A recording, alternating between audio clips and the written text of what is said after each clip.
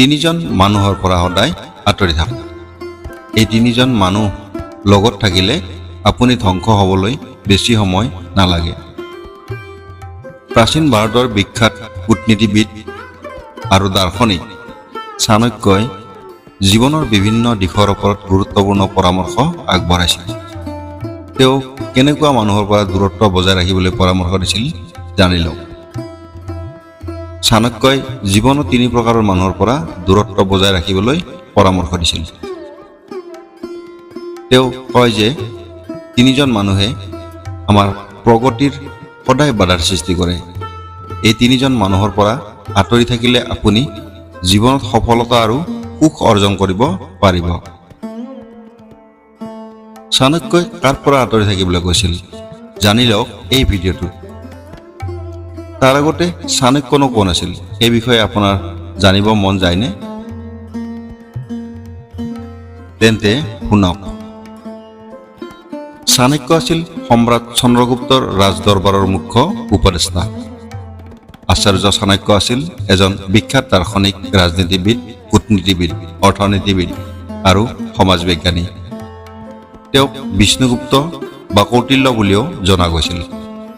চাণক্যই তেওঁৰ গ্ৰন্থ চাণক্য নীতিত আমাৰ জীৱনৰ বিভিন্ন দিশৰ ওপৰত বহুমূলীয়া পৰামৰ্শ আগবঢ়াইছিল, যিবোৰ পৰামৰ্শ ইমান বছৰৰ পাছতো আমাৰ বাবে সমানে ফলপ্ৰসূ হৈ আছে।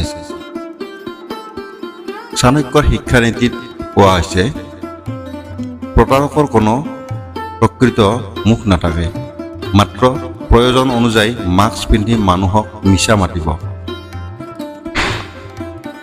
আপোনাৰ বেয়া সময় আহিলে সেই প্ৰতাৰকজনে আপোনাক নিজৰ প্ৰকৃত ৰং দেখুৱাব।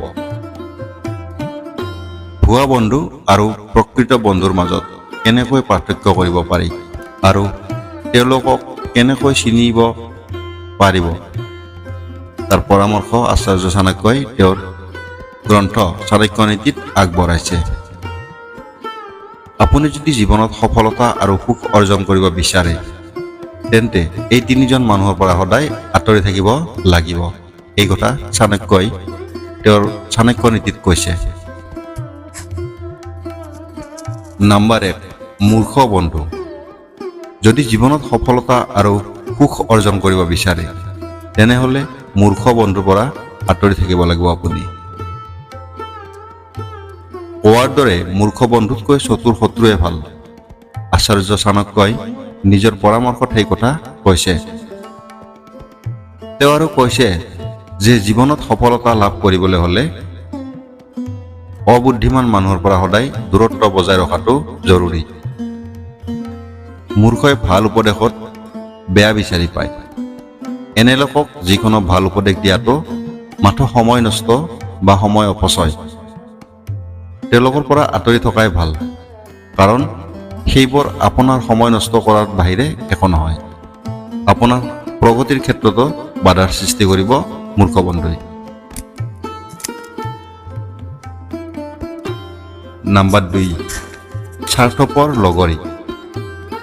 যদি পত্নী বা পতি স্বাৰ্থপৰ হয় তেন্তে তেওঁৰ সংগ এৰি যোৱাটোৱে ভাল। কেৱল নিজৰ কথা চিন্তা কৰা ব্যক্তিয়ে কাকো উপকৃত কৰিব নোৱাৰে, বৰঞ্চ এনে লোকে নিজৰ স্বাৰ্থ ৰক্ষাৰ বাবে খোজৰ পিছত খোজ আপোনাৰ ক্ষতি কৰিব। পেটত বেয়াকৈ আশ্ৰয় দিয়া, সদায় কাজিয়া কৰা, মিছা কথা কোৱা আৰু ঠগবাজ কৰা নাৰীয়ে যিকোনো মানুহৰ জীৱনক নৰক কৰি তুলিব পাৰে। এই পৰিয়ালটোৱেও পৰৱৰ্তী প্ৰজন্মৰ ওপৰত বেয়া প্ৰভাৱ পেলায়। এই কথা আচাৰ্য চাণক্যই তেওঁৰ চাণক্য নীতিত কৈছিল। নম্বৰ 3, সকলো সময়তে কান্দি থকা। কিছুমান মানুহে সকলো সময়তে হুমুনিয়া কাঢ়ি কান্দি থাকে। দুৰ্দশাৰ পৰা ওলাই আহিবলৈ কোনো প্ৰচেষ্টাই নকৰাকৈয়ে তেওঁলোকে জীৱনটো হুমুনিয়া কাঢ়িয়ে কটায়। তেওঁলোকে নিজৰ কোনো উপকাৰ কৰিব নোৱাৰে আৰু তেওঁলোকৰ লগত থকা সকলৰো ইয়াৰ পৰা প্ৰভাৱত ক্ষতি কৰে। গতিকে সদায় চিঞৰ বাখৰ কৰা মানুহৰ পৰা আঁতৰি থাকক। তেওঁলোকৰ লগত থাকিলে আপোনাৰ প্ৰচেষ্টাও মৰি যাব। প্ৰিয় দৰ্শক, যদি এই ভিডিঅ'টো ভাল লাগিল তেন্তে শ্বেয়াৰ আৰু লাইক কৰিব।